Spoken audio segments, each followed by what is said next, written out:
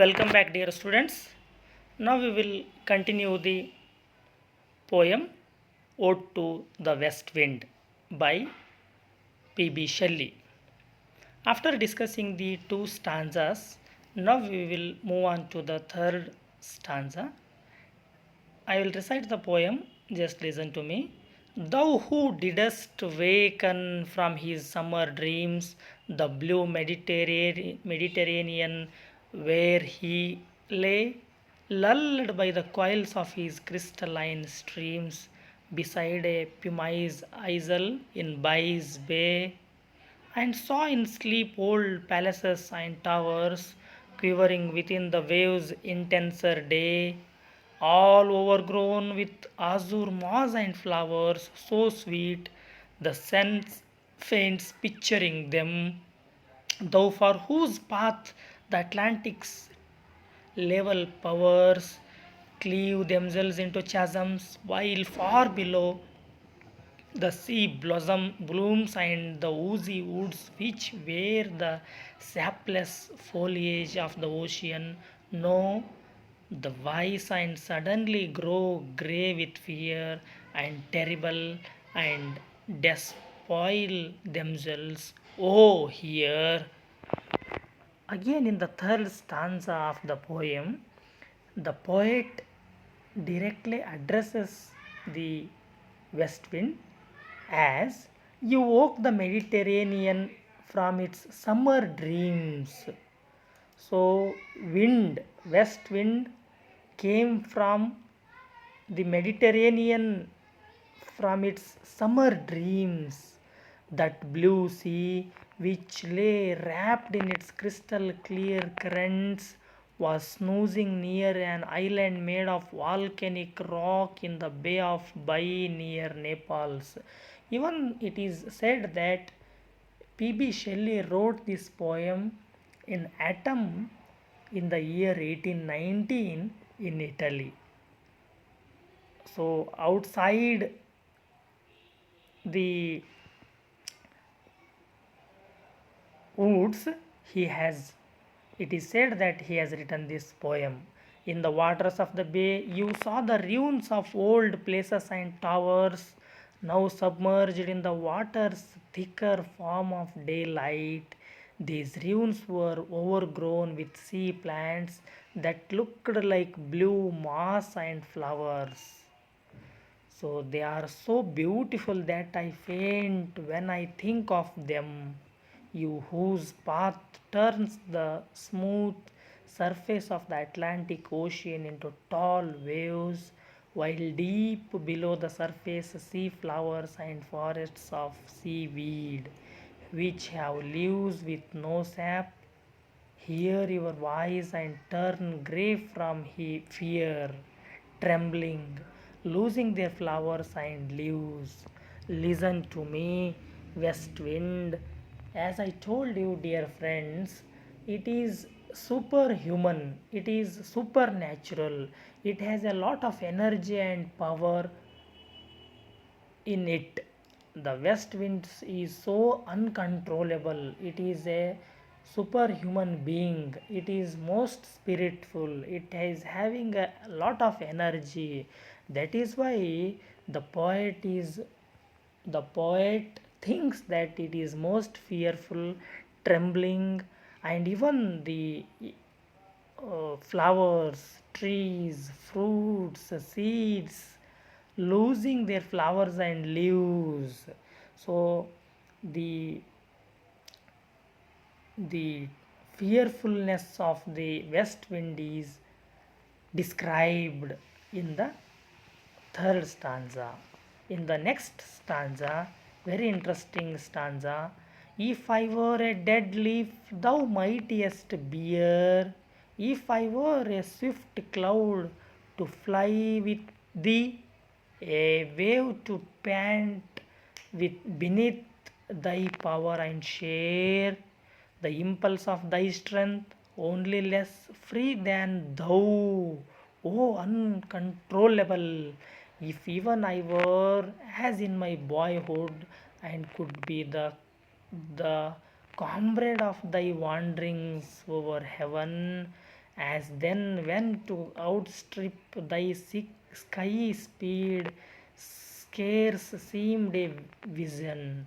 I would never have striven as thus with thee in prayer in my sore need. Oh, lift me as a wave, a leaf, a cloud. I fall upon the thorns of life, I bleed. A heavy weight of hours has chained and bored one too like thee, tameless and swift and proud. Yes, dear students, in this poem, the poet is the poet is going back to his childhood. I and you are all might have seen the wind when we were in the small when we were small boys and girls. We were used to see the wind at our school ground or in the playing ground. We might have seen, and we had so many experiences of the wind in our villages or in our school days. So even the poet has the same experience. See, he says, if only I was a dead leaf, you might carry me. See, the poet wants to be with the wind. He wanted to go with the wind. See, if only I was a dead leaf, you might carry me. As if the west wind takes the dead leaves. You might let me fly with you if I was a cloud. The poet wanted to be a very good friend of West Wind. He wanted to share his feelings. He had so many experiences, he had so many feelings. He wanted to share with the powerful wind. He wanted to be a cloud. Then only he can fly with the wind. Or if I was a wave that you drive forward, I would share your strength. The poet knows very well that the west wind has a lot of strength and power. So if I were a wave, you could take me away. Though I would be less free than you, since no one can control you because you are uncontrollable, you are wild.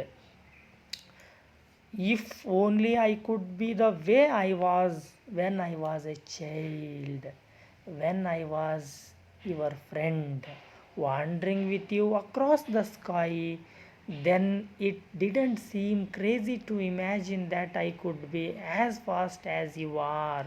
Then I wouldn't have called out to you, prayed to you in desperation as you are doing now. You are taking everything away from earth, like dead leaves, like fruits, seeds, everything along with you. I would not be desperate if I was not a friend of you. If I were a friend of you, I would not desperate. As I am not your friend now, so I am desperating to your attitude. Now he is saying, please lift me up like a wave. So the poet is also wanted to get a very good friendship with the west wind.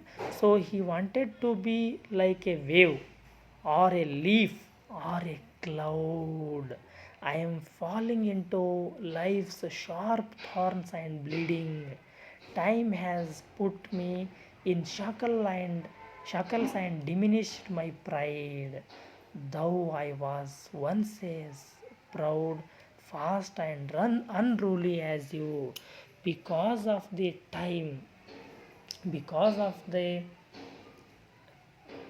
time, I am not able to be like a wave or a leaf or a cloud, so that I am always proud of you to be with you. Like I wish to proud of your strength, energy, and the unruliness.